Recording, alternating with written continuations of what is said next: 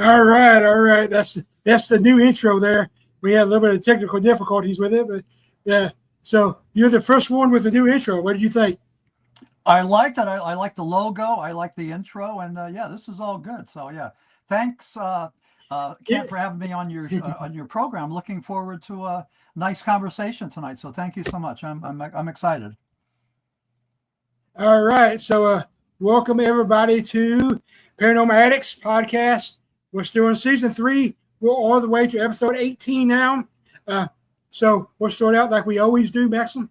Just introduce yourself to everybody that may not know you, and then we will get rolling. Yeah, my name is Maxim Furek. I'm a paranormal author. I've done a lot of research on Western Pennsylvania and Northeastern Pennsylvania. There's a lot of high strangeness, in Pennsylvania. And as a matter of fact, they claim that Pennsylvania is the number 3 state for Bigfoot sightings after California and Washington state. So, whoever's keeping track of this, claims that we are. But it's great to be here. I'm a former rock journalist, and I just sort of stumbled into the paranormal, but it's just a wonderful demographic, and I've written a whole bunch of books, and I just love the paranormal. Just looking at it as a skeptic. I'm not a true believer. I just want to find the truth, and that's who I am. So, I don't have, as far as I know, I don't have any powers or abilities, and all I do is I like to research and write. So maybe that's my paranormal, ability, that I can write. I don't know, but anyway, it's good to be here, and it's great, Kent, for guys like you to have these podcasts, so authors like me can get out there and talk to your listeners and let them know that I'm out here, and let them know about my research. So, it means a lot to me. So thank you so much for that. Well, I'm definitely glad to have you, and I was glad when we connected. It was like, once we connected, it was like chemistry from the beginning, and it was just like I knew I had to have you on here. So here we are, and so yeah, and I think it's interesting. I like how you said that you're about the research, because that's kind of like how I like to investigate too. I kind of have a catchphrase. Everybody asks me what my style of investigation is, and I tell them that I use the old school techniques with the new school technology. Okay.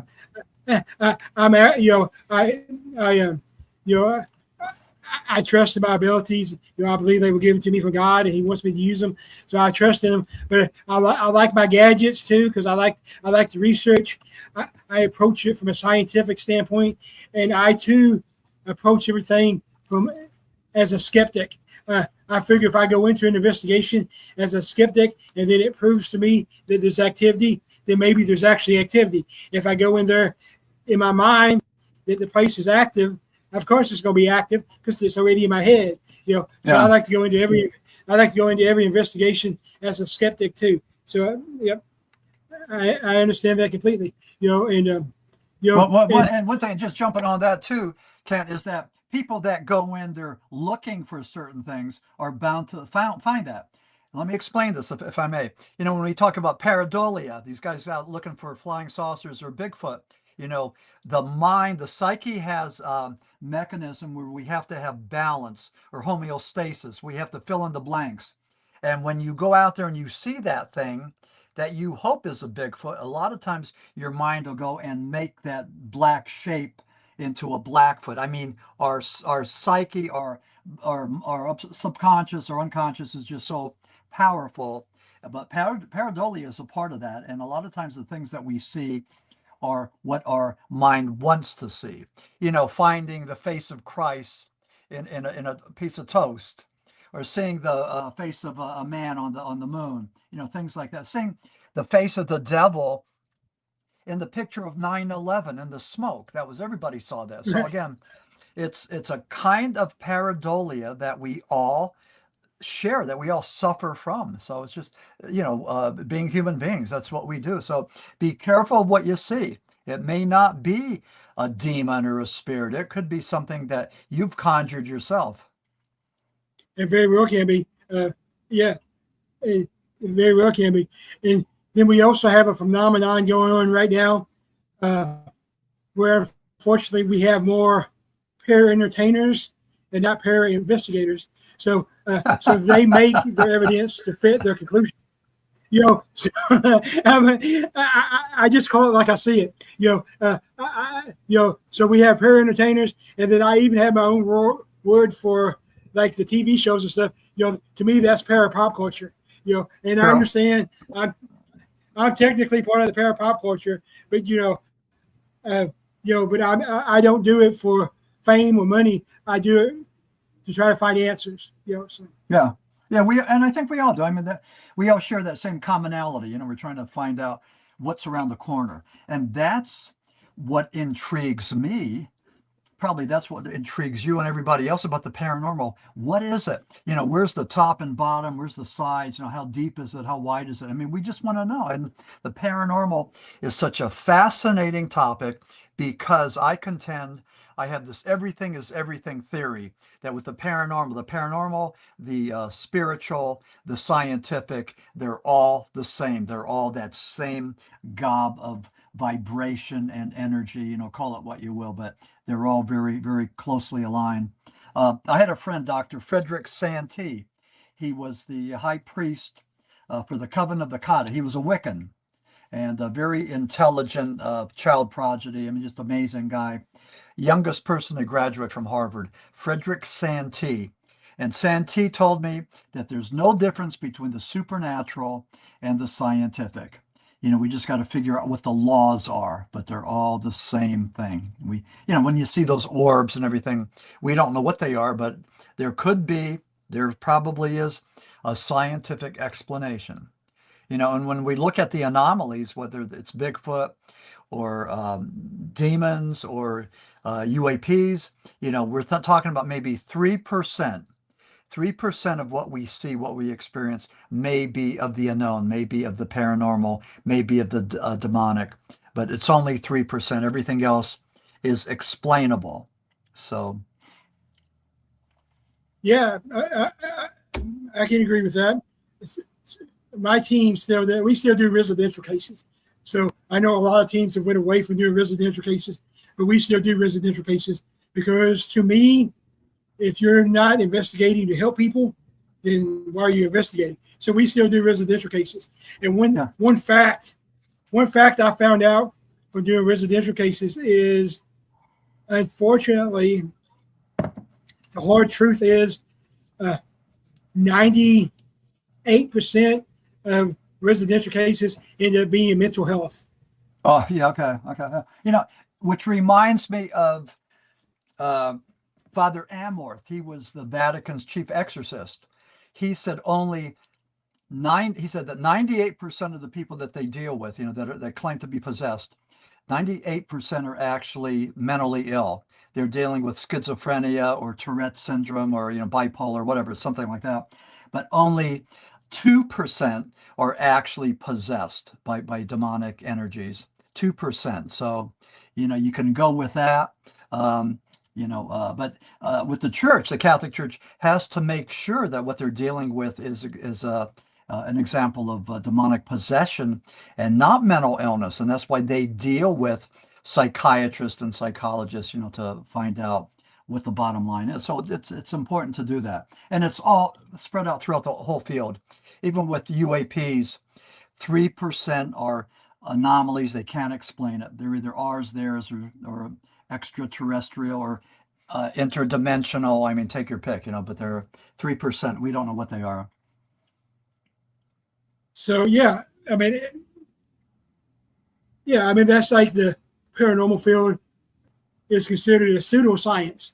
So, yeah, we're considered, and I keep saying that I'm going to keep doing this until we're considered an actual science. Good. And that's what it takes.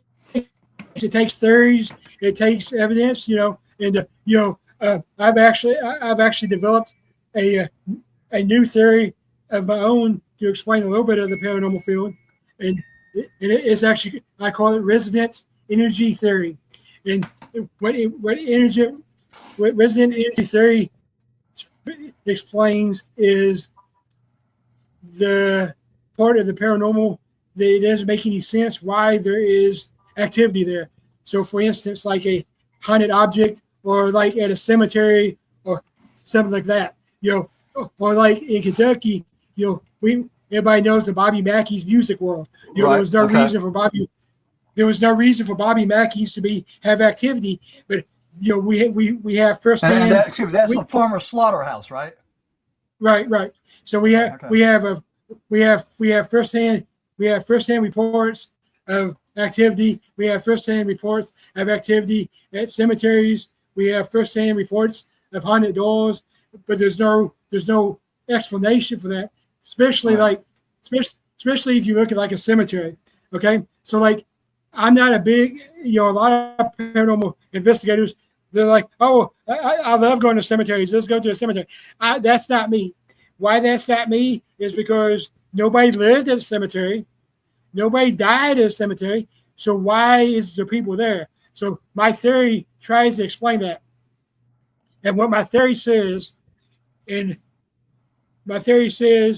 that, so we'll use the cemetery example right now. So the families go to cemeteries. They grieve, they mourn. Sometimes they celebrate. They share emotions. They share energy. They share memories, right? So, right. So the memories stay there in the cemetery. The memories keep compounding. They keep compounding. They keep compounding. So the question my theory is trying to answer is, at what point does that energy and those memories become an entity of their own, where they can actually interact and actually be like an intelligent entity. So that's what my theory tries to explain. Okay. Well, they say that with earthbound ghosts, that are some reason they linger, they can't move on to the next dimension. They say that at some point that energy dissipates and that they go away. But some ghost hunters believe that they could actually contact ghosts and spirits and help them move over to the next realm. Do you believe that? Do you believe that we can actually help these lingering ghosts? I believe if a spirit's here, they choose to be here. Yeah, they can subconsciously choose to be here. But if they're still here, they're here because of unfinished business or because whatever. So they choose to be here. So yes, I believe we can help them if they want to cross over. With that being said, can we cross them over? No. I am not God. I am not Jesus. I cannot cross them over, but I can show them the way. I can be like, right. Yeah. Yes, I believe that, and I've actually had a couple of residential cases where I've helped them cross over, quote unquote, if that's the word you want to use. Yeah. And so yeah. So it sounds like the residential cases could be problematic, right? I mean, that could get kind of messy. That can be very problematic. Yeah. Okay. It can be very messy, and that's one reason why my team we actually carry liability insurance. Okay. We actually we have legal representation if we need it. Thankfully, I've never had to use it, but we do have it. I've never had to use the insurance either, but we have it. And I think that's one of the reasons a lot of teams have went away from doing residentials because there's so much liability there. Yeah. How about if one of your ghost hunters went with you to a haunting location and they claimed that they got PTSD from the experience and tried to sue you? Would your insurance be able to cover that? Because, I mean, that sounds like a possibility, right? Getting PTSD from going to a haunted house? Maybe the insurance covered, but I think the waiver and everything I make all my investigators sign, the waiver says that they're participating under their own taking your own risk, at their own risk. So I think the waiver covers me there, hopefully. Well, at least the waiver, when they sign the waiver, they know that there's a possibility of some kind of danger. So you're letting them be aware of that by signing that waiver. Yeah. So that's exactly. Yeah. Yeah. Okay.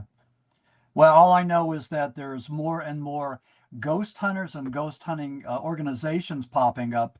I mean, ghost hunting is really, really big. And why is it? Is there like a resurgence or a renaissance of ghost hunting or what? I mean, there just seems to be every place time that you turn around on Facebook and on the internet, there's more and more groups. What's up with that? It's definitely resurgence. I think we have the para pop culture to thank for part of that. Because that's one thing that's different now than when I got into it. Now you can turn on the TV and you have ghost hunters, ghost adventures, ghost brothers, ghost dogs, ghost cats, ghost bath. You got everything. When I was getting into this in 1986, only thing I had was Robert Stack. One Friday a month on Unsolved Mysteries would do the unexplained. That's all I had. And then I had the library. So the library was my best friend. I read every book I could. I read every book by Ed and Lorraine Lauren. I read parapsychology books. I read books of werewolves. I read books of Bigfoot. I read books on anything. So yeah. And so that's part of it. And then the other part of it, like I mentioned earlier, unfortunately, we have a lot of paranormal entertainers nowadays. Right. And they're getting into it because they think they can get this. Yeah. And and that's just like we have this one group.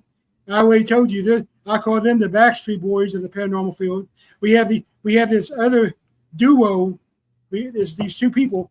I call them the Spice Girls of the paranormal field. And the thing that's funny is everybody knows who I'm talking about when I say that. I don't even have to explain it because they're about fans and money, and they don't care about substance. They don't care about being real. Okay. They're just so they kind of, in other words, they've sort of sold out, right? Exactly. They've sold out for the big bucks. Okay. Yeah.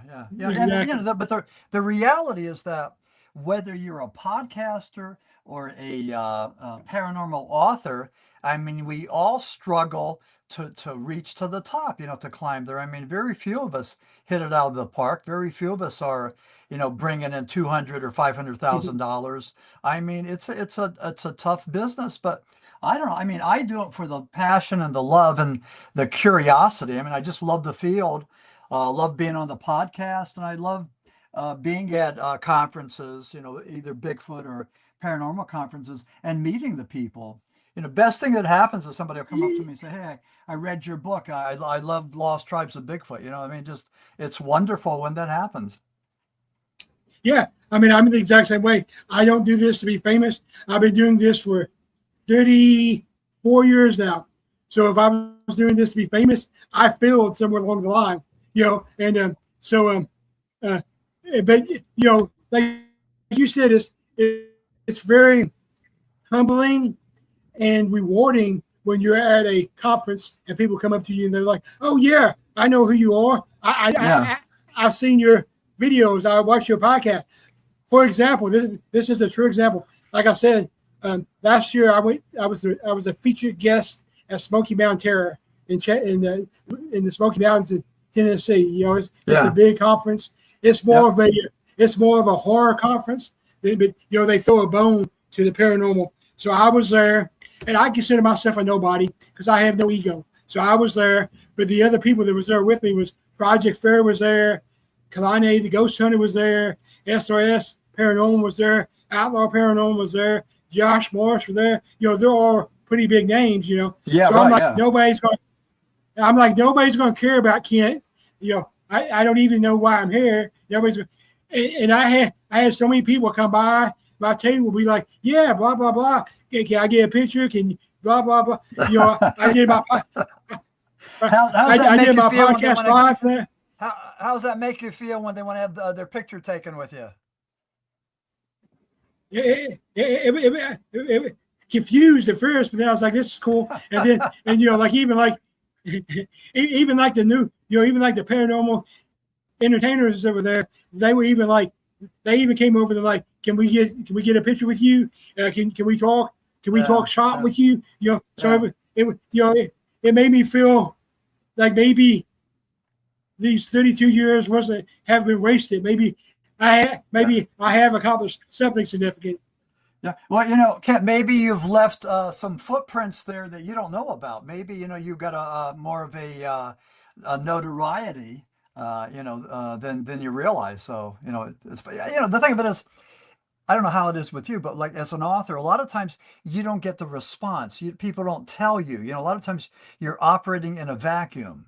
And it's at these conferences when people will come up and say, "Hey, I like your stuff," and all that. And that gets you validated, helps validate you. But a lot of times we're just, in the twilight zone because nobody's contacting us, So it's nice when we do get feedback. It is. And, and that's just like, but the book I got out in the books I'm writing. I never intended to be a writer at all. I don't even know if I consider myself a writer still, but I do have a published book and a couple more on the way. So I guess I am a writer. But that got started because it got started really 3 years ago because I had this team that I collaborated with out of Tennessee several times. And every time I collaborated with them, the one member of the team was like, "Kent, you got to write a book. You got to write a book." Every time she was like, "You got to write a book," my response was always like, "I don't even read a book. Why do I need to write a book?" But eventually I did write a book. And and it's nice to see people buy the book. I half joking when the book first came out on Amazon. I was like, I'll be happy if I sell one copy.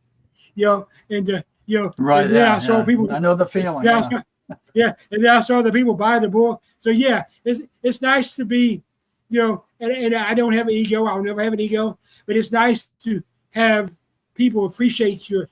Yeah, exactly. Yeah. Yeah. I mean, everybody just wants to be accepted and, be able to be heard and all that. So I think we're fortunate, guys like me and you. I mean, here we run a podcast and, I don't know how many listeners you have, but I mean, there's, potential for probably millions, to hear this. So that's great to be able to have a vehicle to tell people about our books. The one I did last year, one of them was the Schmerl haunting when Ed and Lorraine came to town. And, that fits right into the ghosts and spirits and demons and all of that, and that book took off nicely. And that was a great, effort for me. That was published by Anxiety Press out of Chicago. So they did a great job with that. So that's a nice leeway because that's where we was getting ready to go. I was first going to talk a little bit about Ed and Lorraine, and then go on to the actual squirrel hunting. So what's interesting to me is right now in the paranormal field, there's like two sides, pretty well divided. How people see Ed and Lorraine. Some people still see them as like pioneers and icons or whatever, and then the other half see them as opportunists and fakers and or whatever. I don't know if there doesn't seem to really be a medium there. So how do you see Ed and Lorraine? What's your opinion of Ed and Lorraine? Well, I met Ed and Lorraine back in 1988 when they were on a 15-city book tour promoting a book called The Haunted. And that was about the West Pittston Schmerl haunting.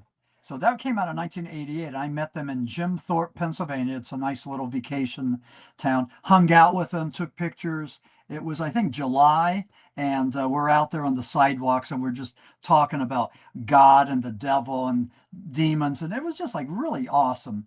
And I stayed in touch with them over the years, and I would call Ed up and ask him questions like how he did battle with demonic forces. So they were really good to me. They were mentors. They walked me through a lot of this stuff. I asked them a lot of questions about Jack and Janet Schmerl. And so for me, Ed and Lorraine Warren were good friends and mentors. Definitely they were pioneers. They were ambassadors of demonology. They did for demonology what Sybil Leek did for witchcraft. Announced it to the world, let people know that it's okay to want to know about this. And Ed and Lorraine showed up around the time, let me see, Rosemary's Baby was around 1968.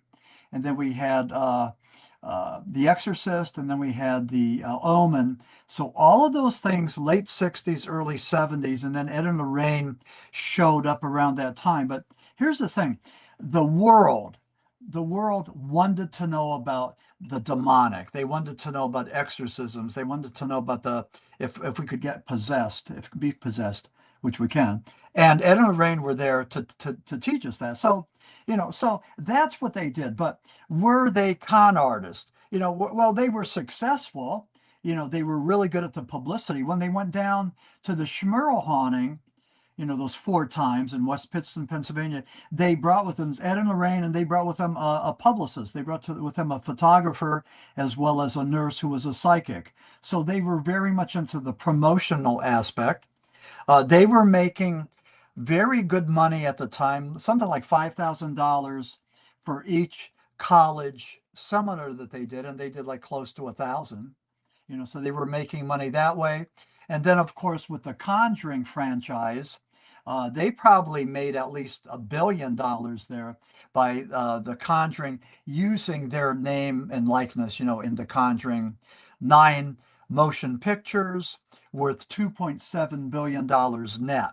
And that's all the Conjuring movies, including, I think it was 3 Annabelle and 2 The Nun. So there were 9 of them, but it's all about Ed and Lorraine Warren. And yeah, you could take your shots and you could go and, say what you want about them. But I mean, still, they were pioneers. They did a lot to introduce the world to the paranormal and to the world of demonology. So, I stand by them. I support them. They were friends of mine, and and I know there's a lot of people that don't like them because they feel that they hid behind their Christianity or their Catholicism, that maybe they used Christianity as their shield or as their, whatever, their con.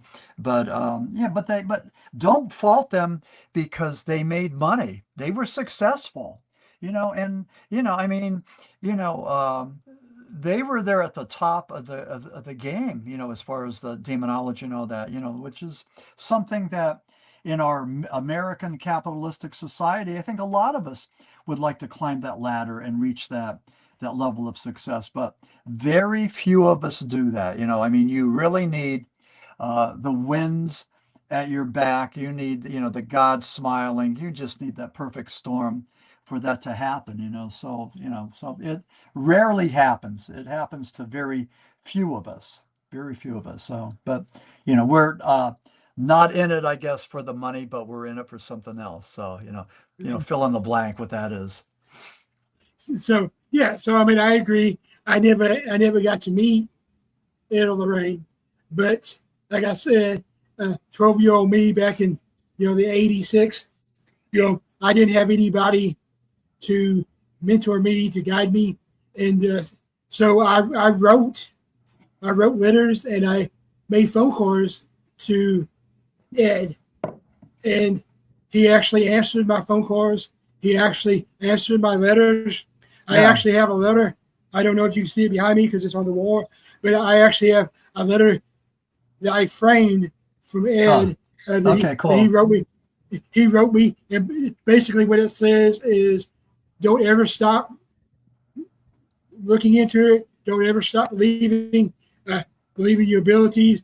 And it said, I will help you as much as I can, as long as I can. So that's awesome. And then, if you go like the next gen, I was good friends with Dan Riviera, And I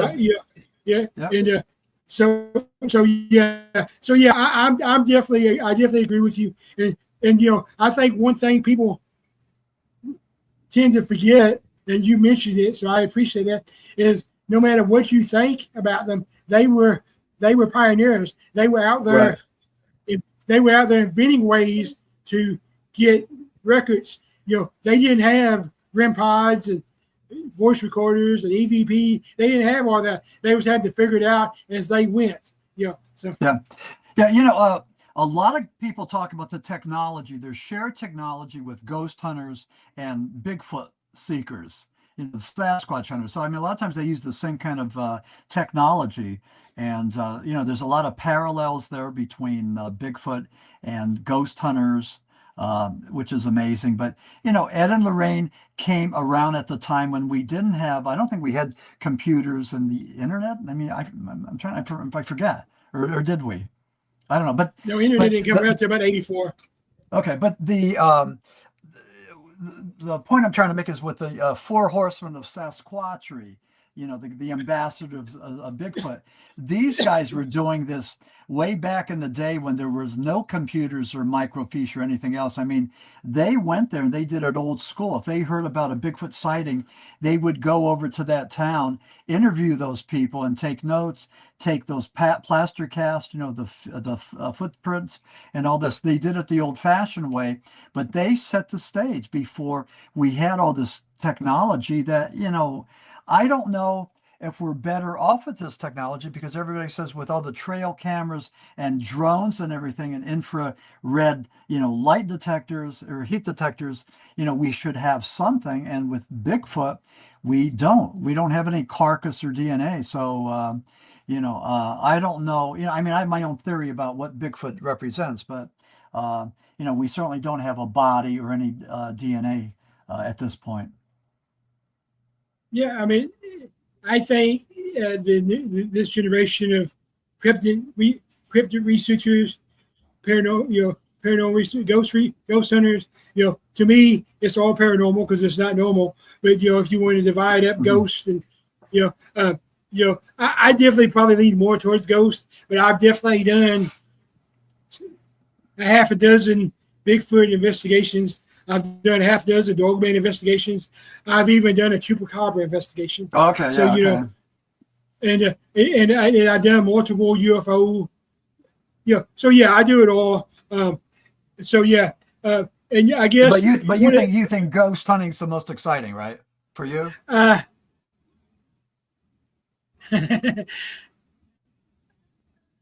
think it's what I'm called to do more. I don't know. I think it's my calling more. I don't know if I don't know if I particularly consider any of it exciting because what people tend to forget because they watch a YouTube video or they see a TV show and they think that we have activity, boom, boom, boom, boom. It doesn't really work that way. I tell people that the paranormal investigation is a lot like fishing. Yeah, you may get up early, or in the paranormal, it's get up late. But, you may get up early, you may get up late, and you may be sitting out in your boat for hours and hours and hours, and nothing happened. But then finally you get a bite, or you get an apparition, or you get an EVP, or you see something moving in the amongst the trees, and it's a natural high. But it's not nonstop exciting. You know what I'm saying? Yeah. Well, I'll tell you what though, with my latest book, and this is coming out in a couple of months, but it's called The Scream of the Haunted House. And Kent, you're represented in there as well. But I want to say this, talking to so many people, and I was researching the book, they said that it reminds me of fishing in a sense. You have to be patient. You have to have respect. You have to have intent. So with ghost hunting, it's all about your intention and being patient to wait to see what's going to unfold. And also your intention, intention better be honorable. So it's pretty amazing. I mean, when I was taught, every time I talk to these people, they always talked about, respect. You got to respect these ghosts and these spirits, don't make noise. And I did interview a couple of guys that were really, they crossed the line, and I have it in my book, but I mean, they did some things that were really bad for the whole genre in every single way. And I changed their names and everything, not to go and have them put, people coming after them. But I mean, some of these guys did some really stupid, ignorant things. And I talk about some of that in The Scream of the Haunted House. But again, the MO is to show respect for the unknown, and be patient, let it unfold. Maybe they don't want to talk to you, these ghosts and these spirits, and maybe they do. Maybe they want to give you a sign, So, but to that end, I believe that I think most religions believe in an afterlife, and that we can contact ghosts and spirits, and they can also contact us. And I think that, whether it's Christianity, Hindu, Islam, Buddhist, I think they all look at that. Certainly they all look at the apocalypse. The Buddhists looking at that in a different way, but everybody looks at the apocalypse, that at the end there's going to be a reckoning, either with Jesus Christ or with Allah or with your higher power. So anyway, that's something I think for as many differences as we think we have with religions. I mean, we're so closely aligned, and even with the you have a background in theology. I mean, with that Judeo-Christian Islamic tradition. We're kind of tight. We have a lot of similarities. And the one that I talk about all the time is Saint Michael the Archangel. He's the saint of the Jews, the Christians, and the Islams, the Muslims. I mean, pretty neat to have such a following. So, and Right. with the ghost hunters, what's the prayer that they say before they go into the haunted house? They say the prayer of Saint Michael the Archangel. I mean, the dudes, got a good brand going there. So Yeah, I mean, and that's just like all of those religions they also have some version of Jesus. Islams don't believe he's the Messiah, but they still believe that he was a good guy. yeah, So right, yeah. yeah. So all religions, and I accept religion as part of my paranormal. Some people try to separate it. I embrace it. Yeah. Well, again, I actually you're have a little bit better versed than the rest of us because you have a background in theology, and I mean, so you could look at the black and the white and the shades of gray. I mean, you're fortunate to be in there. The rest of us, I mean, we struggle to understand and to learn. But so you already got your foot on second base. yeah, and that's why it's because I wanted to, growing up. I tell people not only did I grow up in the Bible Belt, I grew up in like the capital of the Bible Belt. Yeah. I think we have more churches than we have people. So Yeah. I got those questions. I got those questions, and I got that judgment going up. And so I wanted to be able to know the truth. I wanted to be able to understand, like that lady told me at St. Francis Hospital, if I was a tool of the devil and I was going to hell, or if I was okay, I wanted to know. So that's why that's where the theology came in. And the interesting thing is, yeah. I was gonna say, I want to interrupt right now. You should have told that lady, we all can be tools of the devil. All of us, because he uses temptation to come after us, and we're always dealing with the temptation. I don't care where you are and with your walk with the Lord, there's always that temptation to take you down, and that's how the devil works.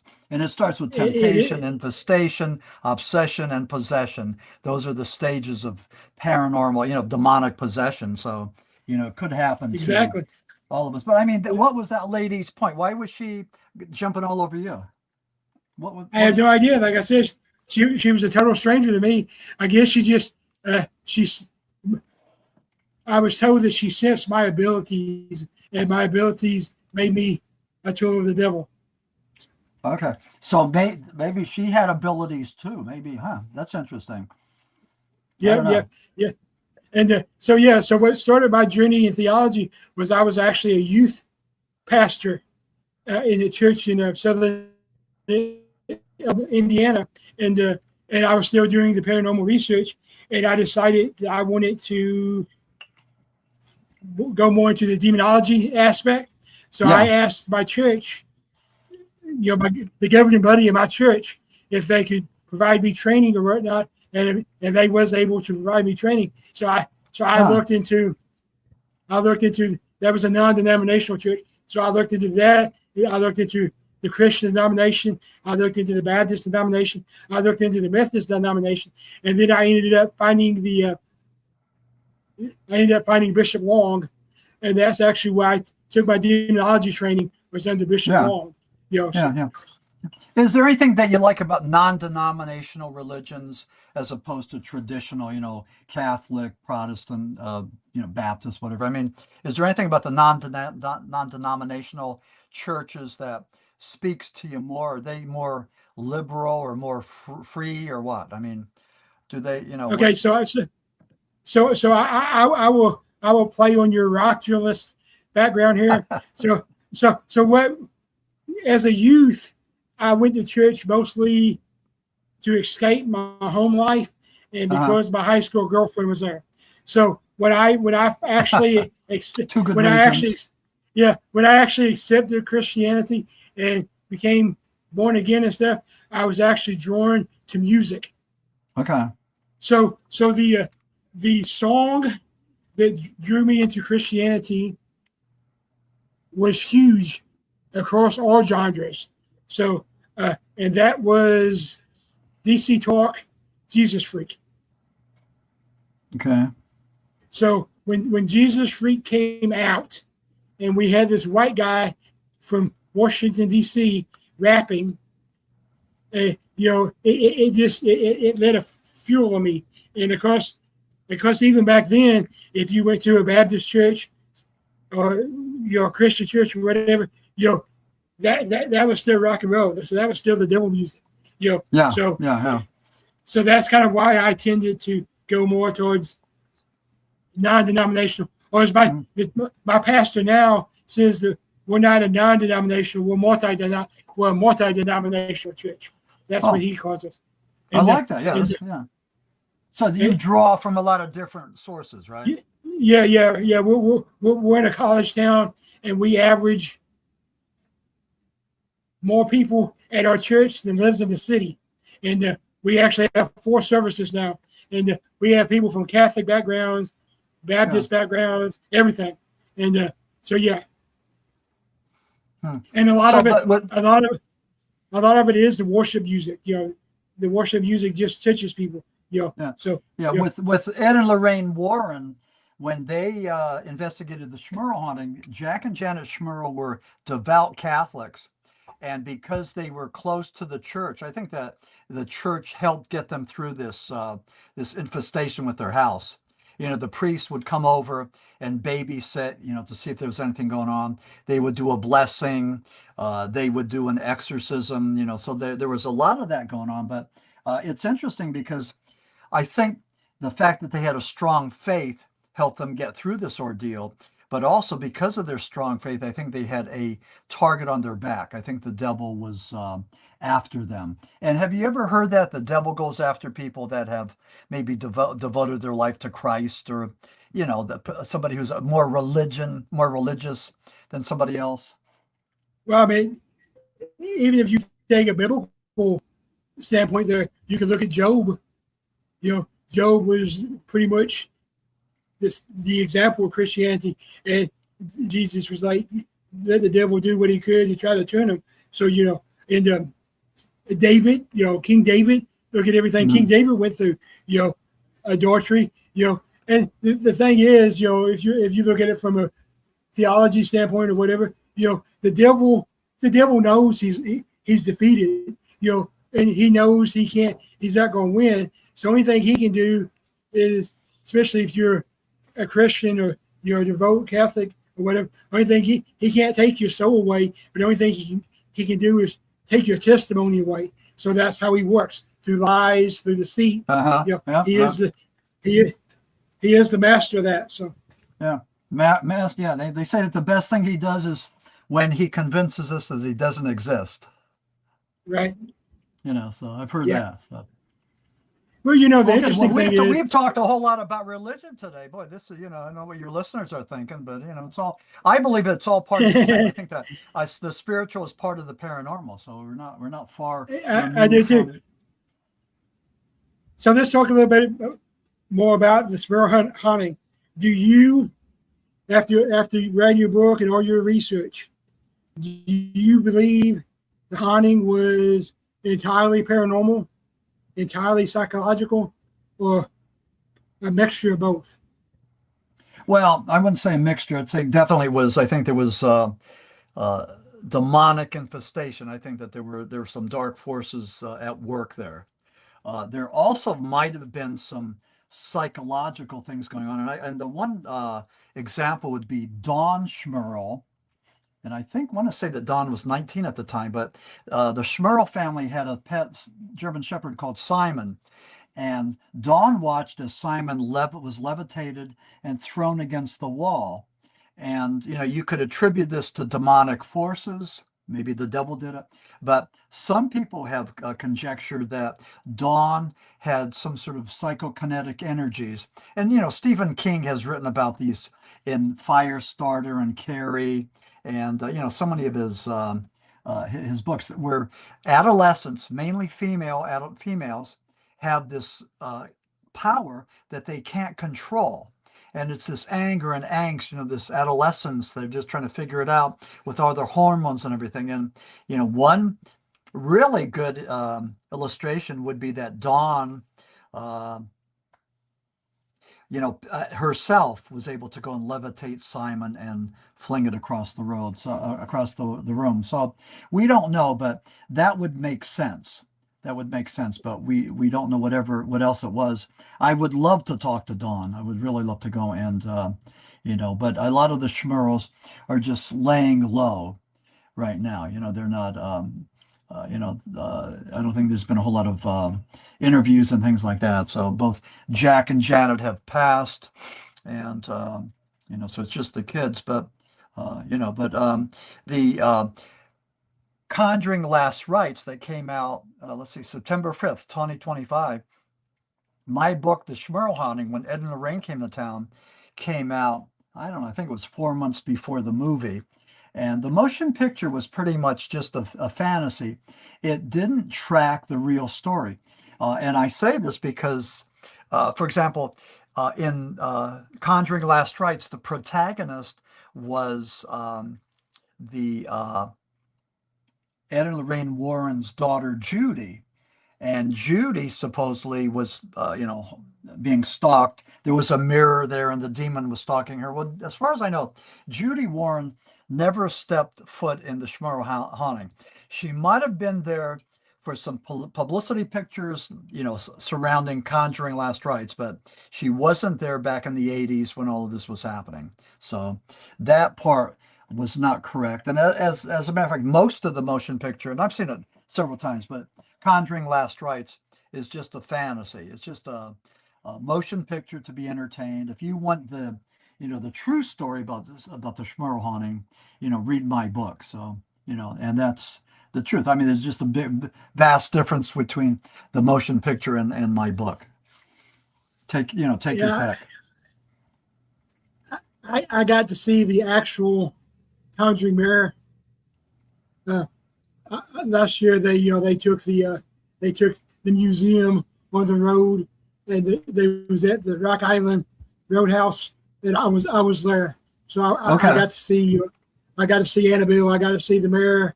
I'm good friends with Wade Kirby. Me and him are real good. Me and Ray are real good friends. Okay. Yeah. So yeah. And where was this? Was this the Devils on the Road tour? Yes. Okay, and where did you see that at?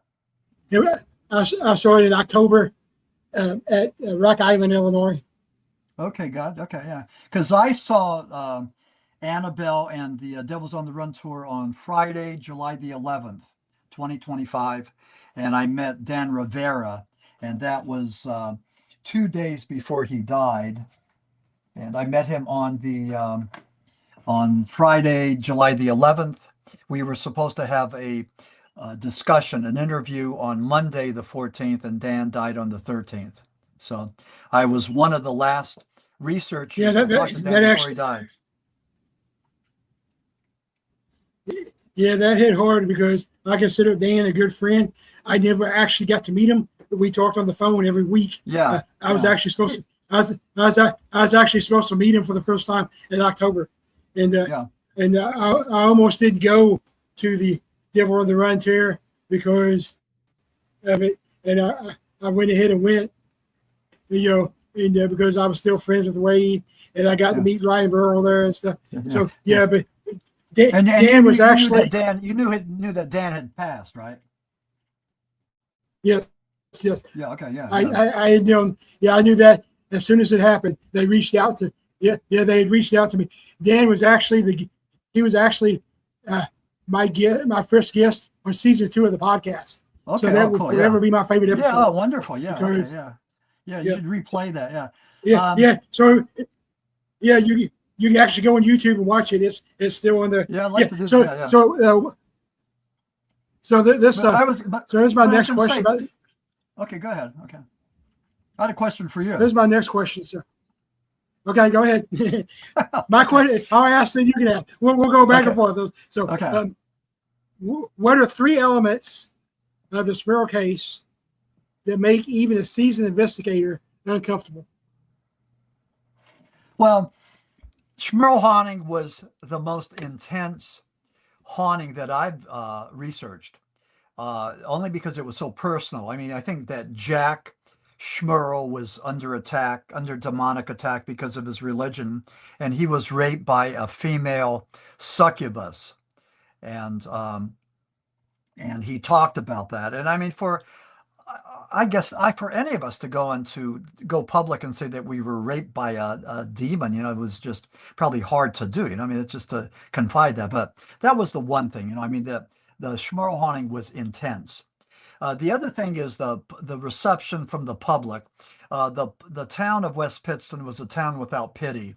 They turned on the Schmerls. They said that the Schmerls were only doing this for money, and and it was just like a horrible thing. But I mean, they didn't believe, and I followed these stories because I'm from northeastern Pennsylvania. I collected all of the newspaper clippings and everything, and pretty much it was universal that people believed that they were in it just to make money.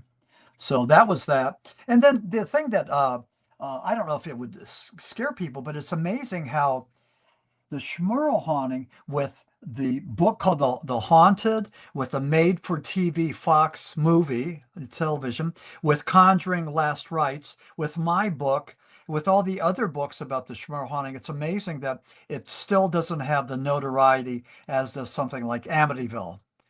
Still the Schmerl haunting seems to be a lesser known thing. So I don't know why that is, because you would think that, that it would be more, I mean, at this point, I mean, I think it was definitely more violent than Amityville, and that story in itself is my most favorite haunted house, just the way it came in Act 1 and Act 2 and then Act 3. I mean, Ronnie DeFeo killing his whole family, and then Kathy and George Lutz buying the place for $80,000, high hopes, a good deal. And then they were chased out after 28 days. That was the second play. And then the third play was people didn't believe. People thought it was a hoax. They thought that Amityville was a con job, that it was just a hoax cooked up by the, what's his name? Jay Anston, the author, his publicist, his attorney. And so that's the story. But it's amazing, though, how Amityville, we can't let that one go. We Right. can't let that one go. That's just infamous. But Ken, I got my question for you. Let's have it. So with Dan Rivera, the coroner said that he died of natural causes, that he died of a heart attack because he had cardiac issues.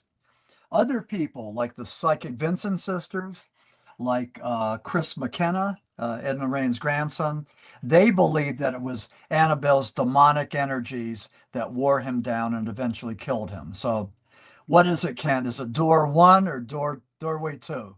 What do you think? Well, how did he die? I tend to go towards the natural causes, but I've always wondered about the demonic energy. I've been told by people since, like Ryan Burrow and Ray, people that were close in that circle, that he actually had health problems that people didn't know about. Okay. So, Dan Rivera. Okay. Yeah. Ray Kirby was actually Dan's roommate on all these stops. And Wade said that he wasn't his roommate in July because he had another obligation. Otherwise, he would have been there. He would have been the one that found Dan. And Wade said that Dan actually had heart problems, and they knew about him, and Dan knew about him, but they wasn't public. Okay. Yeah. Well, and plus there's a lot of stress involved with that, a lot of travel. But keep in mind too, Lorraine did not want Annabelle taken out of the Warren Occult Museum in Monroe, Connecticut. She wanted everything to stay there. And in 2025, they took Annabelle and all those artifacts on tour. So as you saw them, and so did I. And they made a lot of money with that too. Yeah, and now apparently the whole museum is moving to Salem. I didn't know that. I know that Matt Rife, the stand-up comic, and his partner bought it for $1 million. They either bought it or they're leasing it. I don't know what the terminology, but $1 million. So they own it for maybe one or. Yeah, Tony just released something a couple of days ago saying that they were moving the museum to Salem. Okay. Well, that ought to work. Yep. So anyway, we're almost out of time, but I got a few more questions I want to get here. So, writing all the stuff you write, have you ever had anything stick with you? You'll follow you home, maybe, anything like that? No, I don't have anything like that, but I've had things conjuring through me. I've had, some sort of, I don't know, psychic something, some kind of energy channeling through me to help me write. With Flying Saucer Esoteric, I wrote that book in uh, 57, yeah, 57 days. 57 days, just nonstop, morning, noon, and night. And even with the Shmurl haunting, it was just something that went through me, just like some kind of energies. And so I no, those are the energies I have. I don't see things. I don't think that you know demons or spirits follow me. And I've been warned by a lot of my born again Christian friends, don't get too close to the candle. Don't get too close to the darkness. And I don't think I do. I think I'm at arm's length. I look at it as a skeptic, more as an academic or as a scientist. And, like you talked about, I think what I want to do is I want to go and help define what the paranormal is. If I could do that, I mean, bring it a little bit closer to the scientific, then that's great. That's what I want to do. Okay, we spent most of our hour talking about ghosts mostly, but I want to talk a little bit about aliens. Okay, so aliens are a big thing right now, with the government releasing files and whatnot. But here in Kentucky, we have two unexplained incidents that kind of, I guess, they fall into the unidentified flying category. The one is kind of just odd and disgusting. One is interesting, I guess, and that's the meat shower. Have you ever heard of the meat shower in Kentucky? Yeah, not in Kentucky, but I know Charles Fortiana. He listed all these crazy stuff like meat falling out of the sky, or hunks of ice falling in the Sahara. So it's not unusual for that to happen. But the chunks of meat happen in Kentucky, right? Yep. I think they just celebrated like the 25th anniversary of the meat shower of Kentucky, or whatever. So, and where in Kentucky was that? It's some little small town. I'll look it up and send it to you later. So, and the other incident we have happened in Owensboro, Kentucky, and it's called the Kelly Green Men. Have you ever heard of the Kelly Green Men? No. Huh? So it's a fascinating case that if you looked at it from my experience from this angle now and look back at it, you kind of think that was a hoax. But I mean, this has been on Unsolved Mysteries and everything. So it was huge. But supposedly the Kelly family was held captive by these aliens in their house. And they were actually like even shooting them with shotguns and everything. So it's an interesting case. Look it up. Absolutely, yeah. So anyway, so you mentioned earlier that you have an explanation or belief, however term you want to use it, on Bigfoot. What is your explanation of Bigfoot? Yeah, I believe that Bigfoot and UAPs or UFOs are interdimensional, that they zigzag through the space-time continuum. It's a lot easier to go through that space-time continuum as Einstein and Rosen hypothesized, rather than driving trillions of light years from point A to point B. So I believe that, they're interdimensional. It's a theory. It's a theory that Einstein proposed in the 30s. It's a theory that Jacques Vallée and John Keel, have signed on to, and I agree with it as well. It's the best theory going. So, I think that's the reason why we can't see Bigfoot. They shapeshift. They have abilities. They're different than us. They have psychic abilities, and I'm not sure why they're here and what they do, but I just think that they, for example, they don't walk, they glide. They don't reflect light, they emit light.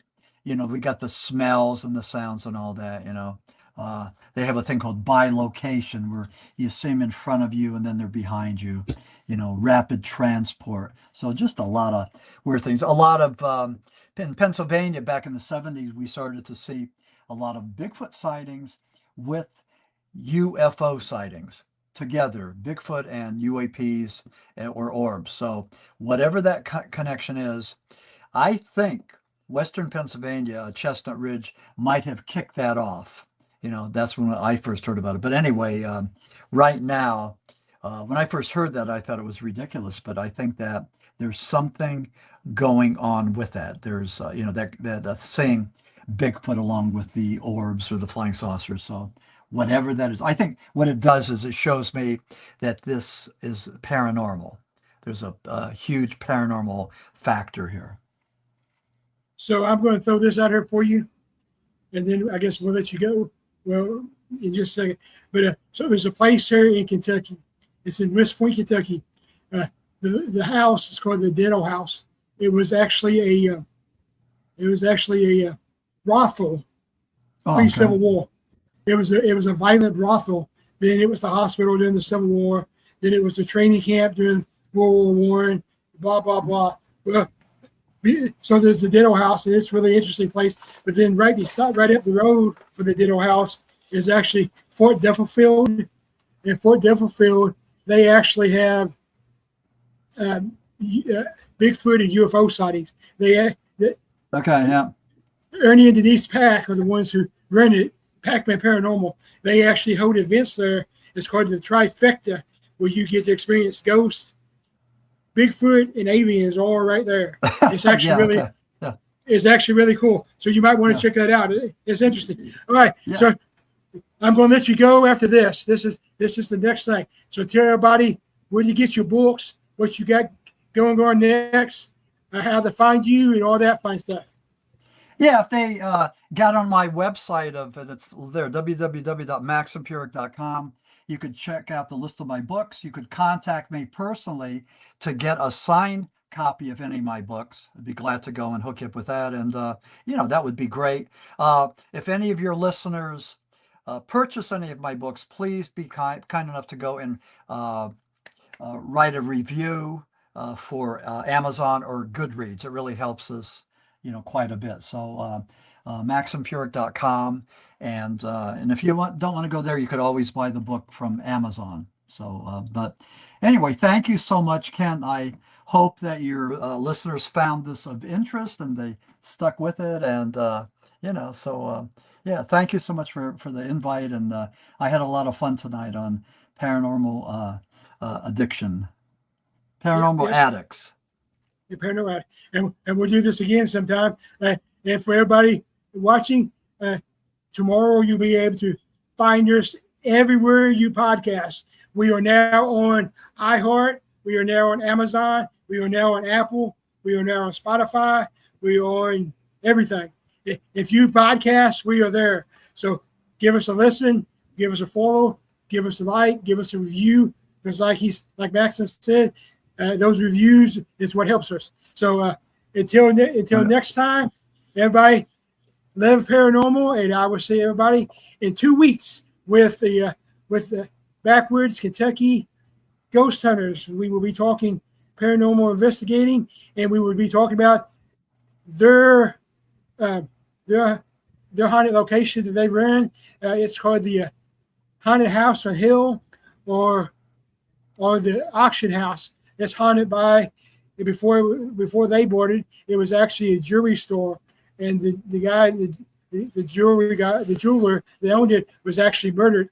And the police reports say it was a suicide, but he disagrees. So he remains there to tell you the story. It's an interesting place. I've actually investigated it twice. So they will be our guest next week, and we will see everybody in 2 weeks. So.